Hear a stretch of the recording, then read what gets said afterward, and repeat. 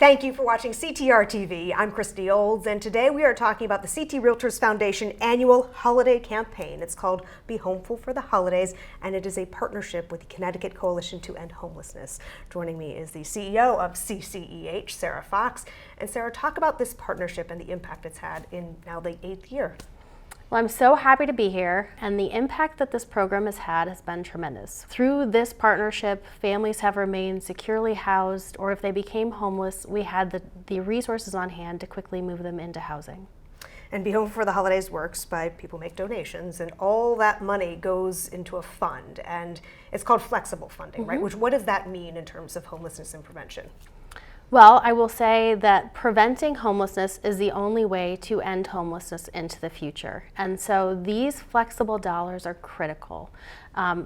It's sort of when you have a state that has a very little safety net, making sure that families have the resources to have electricity in their households, pay for a car if necessary, pay for a security deposit. It's really having modest funding to meet someone's needs where they're at so that they can stay stably housed, or potentially pay for a security deposit or first month's rent if that's what it's going to take to resolve that family's period of homelessness today. And it doesn't always take a lot of money to do that, right? We have found that it's just really having some resources. So it could be as little as $100. We know the majority of families right now, post-pandemic, are doubled or tripled up. So that means staying with family members. So many of us do this all of the time anyways. But sometimes it's just putting food on that family's table that can keep a family from coming into homelessness. And even $1,000 is the number that I know we talk about every now and then. $1,000 has definite impact. We know that some families require up to $4,000, but we also have those families where, again, it's just $100 can make a huge impact by providing food, providing other just basic needs to help a family out. And so what we say is for every $25,000, that's serving 25 families, because that's the average that it takes to keep families stably housed across the state. And it is a growing problem right now in the state. The number of children and families that are experiencing homelessness has just been creeping up since the pandemic, correct? Well, we've seen a 46% increase in just unsheltered family homelessness from this month alone. And we have nearly 4,000 people in shelter across the state, and 500 of them are children. And so what we know is it's a challenging time across our state. And post-pandemic, families are precariously close to falling into homelessness. And it's just having resources on hand is so helpful. We're really concerned about families who are outside and unsheltered right now.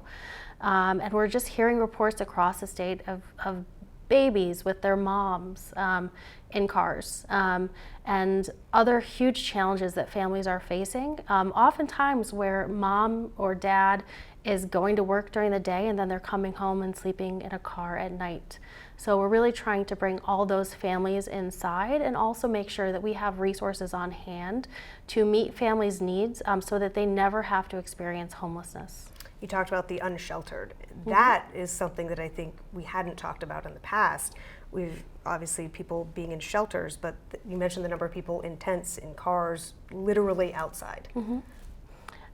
Prior to the pandemic, we had made huge strides in this area, and so we had no families unsheltered, or maybe just one. Today, that rate keeps rising, and so just recently we were at just this last week, it was 33 families and 54 children who were outside. And to know that it just takes light touch resources to solve this problem for so many, and people just need a little bit of help to get on their feet. It makes me just think, like, what more can we do? How can we protect these families? And then how on the other end can we help to move them into stable housing so that the children don't have to experience this level of trauma, their parents can be stable, and that we can change the trajectory for families across the state, because we're stronger when our children are able to be in school and daycare, and parents are able to work and have stability. And that's the state that I really believe we can be, and we must be, especially this holiday season and beyond. Any donations can be made at ctrealtors.com/behomeful. And those funds go directly to help prevent families from falling into homelessness at the shelter's front door.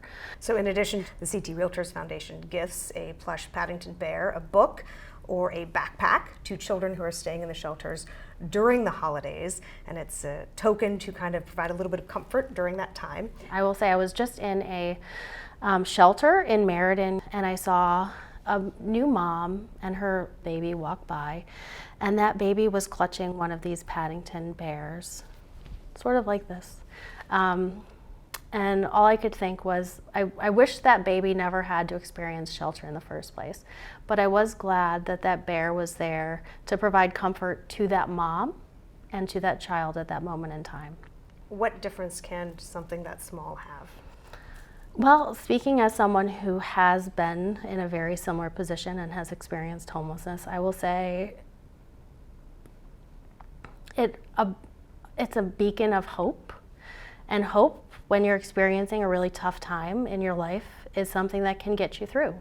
And so, knowing that we have this Be Homeful for the Holidays campaign that sort of stems from hope and changing who we are in Connecticut, providing hopefulness across the state that no family has to experience this again.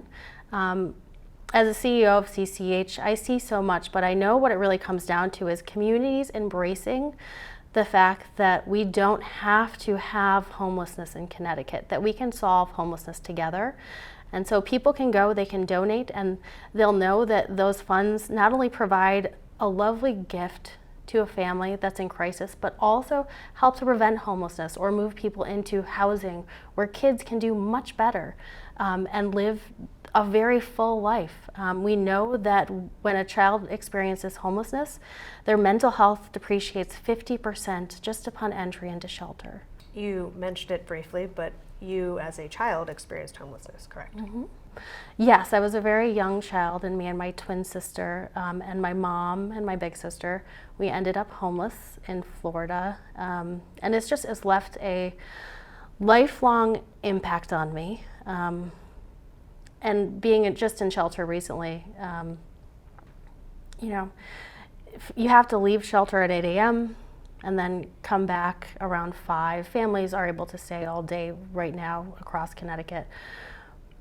But knowing that my mom had to live through that and that it took people helping to get us back on our feet to whatever that was, it takes a little.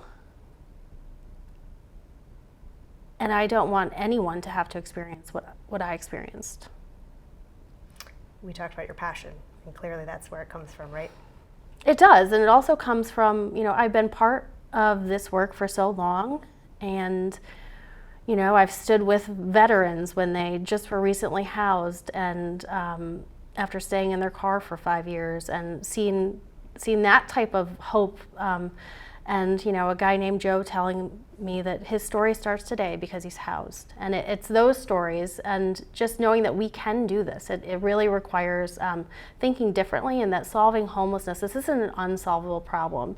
This is a response to something where a crisis, and that we just need the supports in place and the policies and the resources, and we can change lives across the state. So I think it is hopeful. Having a roof over everyone's head is an attainable goal. And it just takes coming together, similar to this partnership, and thinking creatively about how we change lives across the state. Is there anything else you'd like to add?